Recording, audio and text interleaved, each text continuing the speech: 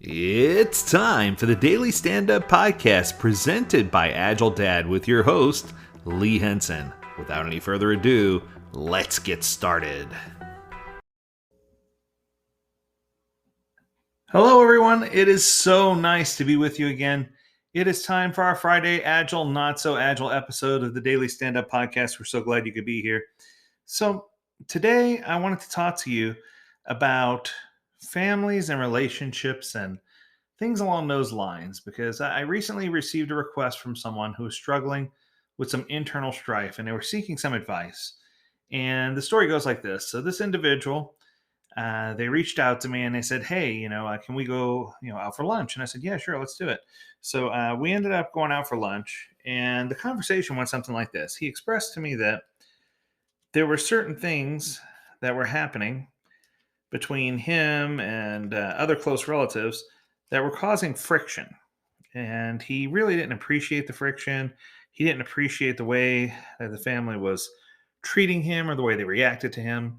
And at first, he sort of went on a path of, I know it's not my fault that this is happening, so they're just going to have to deal with it. And it quickly shifted to, well, now I realize that there should be some form of mutual accountability because maybe I didn't present myself in a way that made the most sense.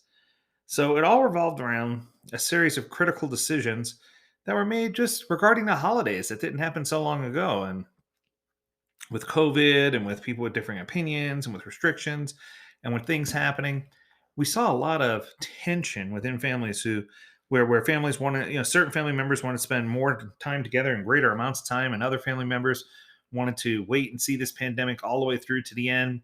There's just so many things that were happening that were causing tension within groups. And there were so many differences in response to the way people handled it. And I think that, the message that I sent, or the message that I left him with, was something pretty powerful. So I thought I'd share it with you because I think at some point we all undergo that time where there's disaccord or disagreement. And, it reminded me of something else that was happening. So I'm going to use this as my analogy. And I hope that you get it. I hope that it goes far. So my son, my oldest son, he recognized that one of the vehicles that I own needed new tires. And you're probably wondering, how does this relate? Well, sometimes we notice things and we instantly make an assessment of what's needed. So, after consulting with him about the tires and doing some research and figuring out where to go and figuring out all the information, I had an opportunity to take the car personally to the place where I thought it would receive the best assessment, whether with regards to whether or not it needed service and how much would that service be and what those offerings might entail. So I brought it out and I was greeted by a gentleman who was very, very kind, and he was willing to come out and take a look at my tires. And he was astonished. He says, "Wow," he says, "these tires were manufactured in 2012." Now, I didn't know how he was able to get that information, but basically that meant the tires are 10 years old, and he was indeed correct. Those were the original tires that were on the vehicle. And he was shocked at how good a condition they were in, but he was shocked at the overall condition of the car and how few miles it had on it. And when I explained to him that we only have time to drive it occasionally, he quickly understood, but advised me that I had a little more time, that I didn't have to do something right away, but that before winter, there'd be a very good chance, 90+% chance, that I would have to replace those tires. So now I was left with a few options. So I said, "Is there any way you can quote me out for some tires that would fit?" And he says, "Yeah, sure." And he came to me with one item and said, "I can get you this item, I can get you this tire." He says, "But it would take me a while to get it, and you'd have to wait 7 days, and we'd have to order it, and we'd have to hope it comes in, and then once it came in, then we'd have to figure things out." And it was just, it seemed like it was a lot of hassle, but it was also very close to the actual tire that was on the vehicle. So the second thing he said is, he says, "I could probably get you a little bit less expensive tire." So he pulled up a second tire, and I'm guessing this tire had a higher margin. And he says, "Yeah," he says, "I can get you these tires. They're almost exactly the same. They have a different brand." He says, "But yeah, these tires will cost you this much." And it ended up being more than the first set of tires, which I thought was really interesting. He says, "But I have these in stock, and we can get them delivered here to the store within 2 hours and put on your car within an hour." So I was like, okay, paying for convenience, got it. And then he had a third offering. And a third offering was significantly less, a couple $100 less. But the tires were from a brand that I'd never heard of. The the warranty or the lifespan of the tire was the same. But I was just concerned because I don't know that it made sense to me to go with a brand that I never heard of.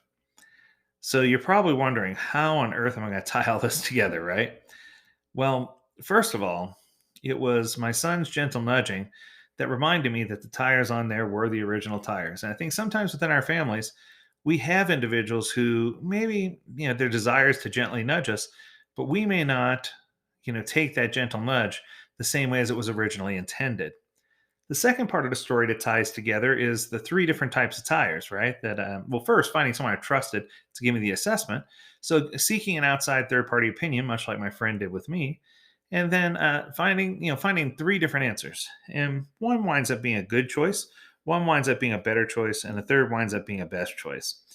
And I don't know that any of those solutions would be wrong, but I did learn one thing, that on an all-wheel drive vehicle, it's important for you to replace all four tires at the same time. Now that throws a little something into the mix that makes it interesting, because then he quickly pointed out that the price for a single tire, it's not double for two and triple for three. The price actually drops a little bit when you get to two, three, and four. The other thing I was quick to point out is the increase in cost on those tires over the past 3 months or 6 months. He says, if you wait 3 months from now, those tires are not going to be the same price. He says, in fact, the price will go up dramatically. And we're talking about the situation in the world today and import of raw materials, where it comes from, and how these tires are manufactured. And all of this boiled down to me reflecting back on what happened with a friend who asked me for some assistance. And what I can tell you is that sometimes we have people that are closest to us within our families that maybe say something or do something, and I don't want to go on record and say that they intend harm, because most of the time they don't.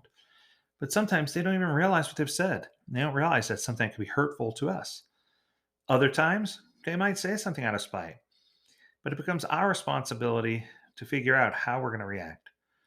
Are we going to react with compassion and and I guess what I'm trying to say is there's a good way to react, a better way to react, and a best way to react. A good way to react might be to ignore it and pretend it didn't happen. That way you're not upsetting anyone, not rocking the boat, and you just move on. Yes?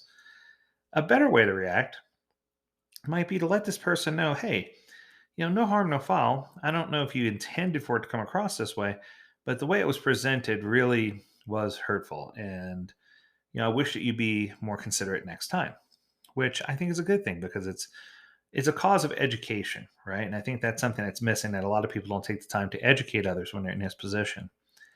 A best way to handle it might have been to, encounter this individual with love and to say, hey, let's walk a mile in my shoes for a minute. Let's switch roles and let me show you exactly what just happened. And let them know that you love them and that you want to be there for them and that you want to help them with the problems that they're having, but that sometimes when people are acting or behaving a certain way, it makes it really difficult for us to do what we need to do to help them. And I think this it's just important for us to extend our love and help to family when we can.